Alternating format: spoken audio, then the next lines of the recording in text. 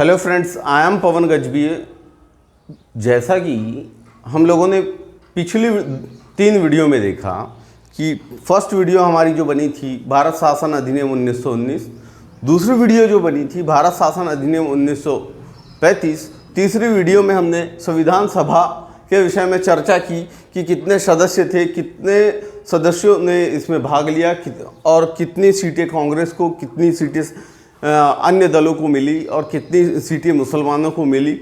अब उसके आगे की प्रक्रिया में जब संविधान निर्माण का कार्य चल रहा था उस समय 3 बैठकों का आयोजन किया गया था। पहली बैठक जो 9 दिसंबर 1946 को आयोजित की गई थी, जिसके अस्थायी अध्यक्ष के रूप में डॉक्टर सच्चिदानंद सिन्हा को चुना गया था।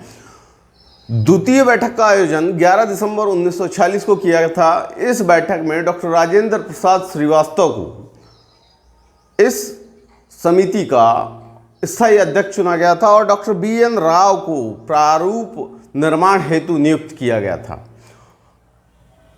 संविधान निर्मात्री सभा की तीसरी बैठक का आयोजन 13 दिसंबर 1946 को हुआ और इसी बैठक के समक्ष पंडित जवाहरलाल नेहरू द्वारा ऐतिहासिक उद्देश्य प्रस्ताव पेश किया गया, जो बाद में जाकर भारतीय संविधान की प्रस्तावना बनी और वही प्रस्तावना आज हम डिस्कस करेंगे। तो आइए देखते हैं भारतीय संविधान की प्रस्तावना।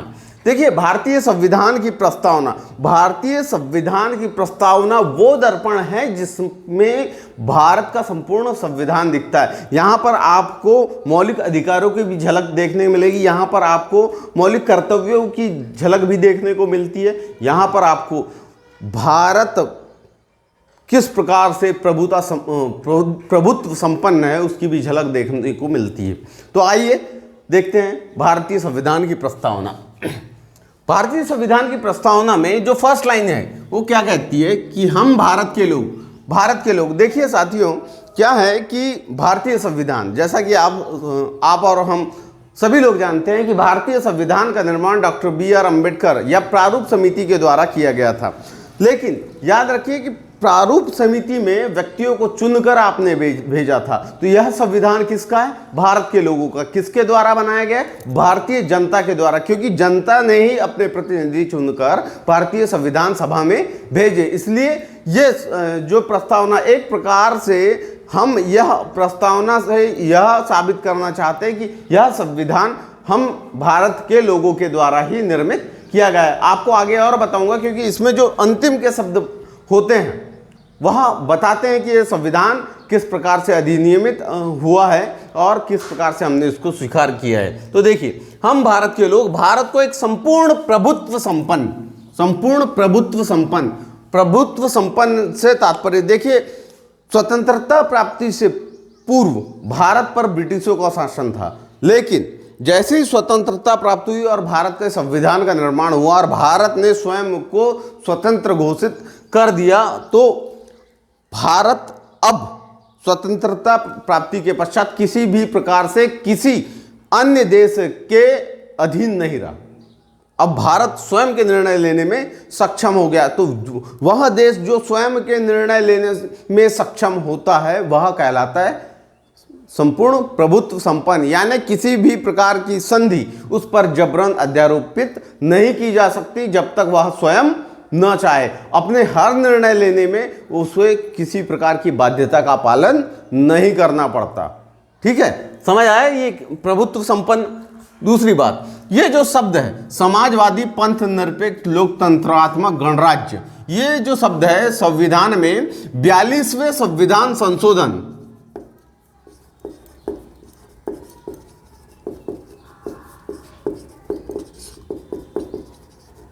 1976 के माध्यम से भारतीय संविधान में जोड़ा गया।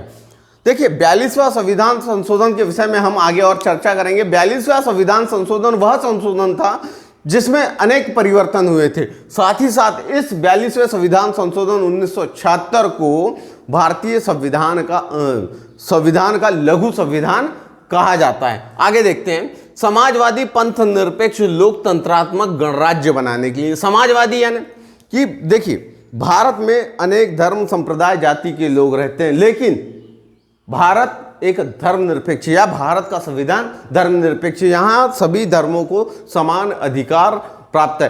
हर कोई व्यक्ति, चाहे वह किसी भी धर्म संप्रदाय का हो, वह किसी अन्य धर्म संप्रदाय को यदि मानना चाहता है तो वह स्वेच्छा से उसको ग्रहण कर सकता है। समाजवाद से तात्पर्य है, देखिए, मानव का मानव मात्र के प्रति सद्भाव, यह समाजवाद है। समाजवाद की सिंपल सी, देखिए, थिंकर्स पे जाएंगे तो इसकी परिभाषाएं चेंज होती है। हम यहां सिर्फ देखते हैं समाजवाद, तो मानव का मानव मात्र के प्रति प्रेम ही समाजवाद कहलाता है। लोकतंत्रात्मक, जैसा कि हम सभी लोग जानते हैं कि भारत पहले परतंत्र था, लेकिन जैसे ही भारत का संविधान लागू हुआ तो भारत में लोकतंत्रात्मक शासन प्रणाली लागू कर दी गई। परिणाम स्वरूप इसको 42वें संविधान संशोधन के माध्यम से लोकतंत्रात्मक शासन प्रणाली को भारतीय संविधान में स्थान दिया गया। याद रखिए कि लोकतंत्रात्मक शासन प्रणाली पहले से स्वीकार कर ली गई थी, लेकिन भारतीय संविधान की प्रस्तावना में लोकतंत्रात्मक गणराज्य शब्द 42वें संविधान संशोधन 1976 के माध्यम से जोड़ा गया। गणराज्य बनाने के लिए एवं उसके समस्त नागरिकों को सामाजिक, आर्थिक, राजनीतिक 1, 2 और 3 सामाजिक, आर्थिक और राजनीतिक न्याय, यानी इस प्रस्तावना में 3 प्रकार के न्याय का उल्लेख किया गया। ये क्वेश्चन बनता है कि भारतीय संविधान की प्रस्तावना में कितने प्रकार के न्यायों का उल्लेख किया गया है। सामाजिक, आर्थिक और राजनीतिक न्याय का उल्लेख किया गया है। साथ में आगे देखते हैं कि 5 प्रकार की स्वतंत्रताओं का उल्लेख किया गया है भारतीय संविधान की प्रस्तावना। 1 विचार, दूसरा अभिव्यक्ति, तीसरा विश्वास, चौथा धर्म और 5वां उपासना। देखिए, आइए समझते हैं इस पे।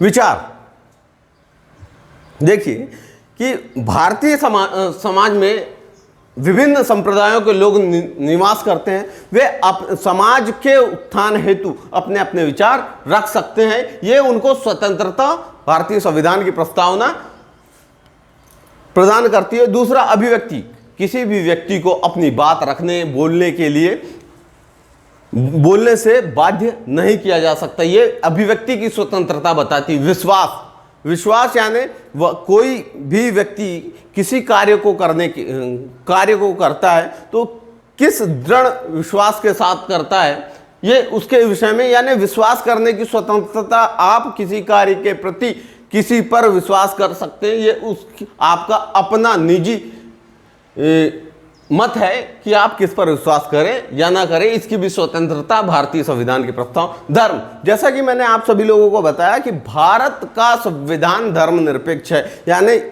भारतीय संविधान की दृष्टि में सभी धर्म समान है। तो धर्म, किसी भी धर्म को मानने की स्वतंत्रता भारतीय संविधान आपको प्रदान करता है। उपासना की स्वतंत्रता, उपासना की स्वतंत्रता से तात्पर्य है कि चाहे आप किसी भी धर्म के, किसी अन्य धर्म के उपासक के रूप में भी आपको स्वतंत्रता प्राप्त होती है। आगे देखते हैं। प्रतिष्ठा और अवसर की समता। प्रतिष्ठा और अवसर की समता से तात्पर्य है कि भारतीय समाज में सभी व्यक्तियों को समान लाने के लिए, सभी व्यक्तियों को समान अवसर प्रदान करता है भारतीय संविधान। इसीलिए इन शब्दों का उल्लेख भारतीय संविधान की प्रस्तावना किया गया है। समता प्राप्त करने के लिए तथा उन सब में व्यक्ति की गरिमा और राष्ट्र की एकता और अखंडता सुनिश्चित करने वाली बंधुता बढ़ाने के लिए दृढ़ संकल्प होकर अपनी इस संविधान सभा में आज तारीख 26 नवंबर 1949 ईस्वी मिति मार्गशीर्ष शुक्ल सप्तमी संवत 2006 विक्रमी को एतद् द्वारा इस संविधान को अंगीकृत, अधिनियमित और आत्मार्पित किया गया। ये इसका जो मूल पॉइंट है,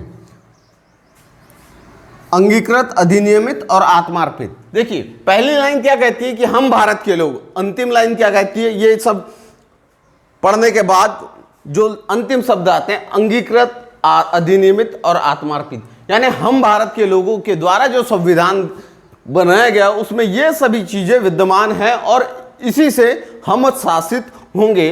और इस प्रस्तावना या इस संविधान को हम अंगीकृत, अधिनियमित और आत्मार्पित करते हैं, यानी हम इसको स्वीकार करते हैं और इसी के नियमों के माध्यम से हम रहेंगे और हम इसको अपनी स्वेच्छा से ग्रहण करते हैं। ये भारतीय संविधान की प्रस्तावना है। इसलिए देखिए, ये जो विचार, अभिव्यक्ति, धर्म, विश्वास, धर्म और उपासना की स्वतंत्रता है, यहां पर आपको मूल अधिकारों की झलक देखने मिलती है।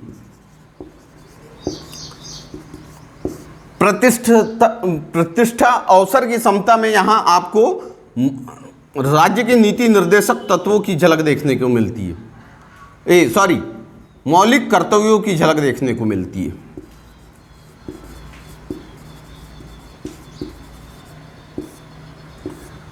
इसी प्रकार से 3 प्रकार के न्याय, जैसा मैंने आपको बताया था, न्याय 3 प्रकार के भारतीय संविधान की प्रस्तावना में उल्लेखित है।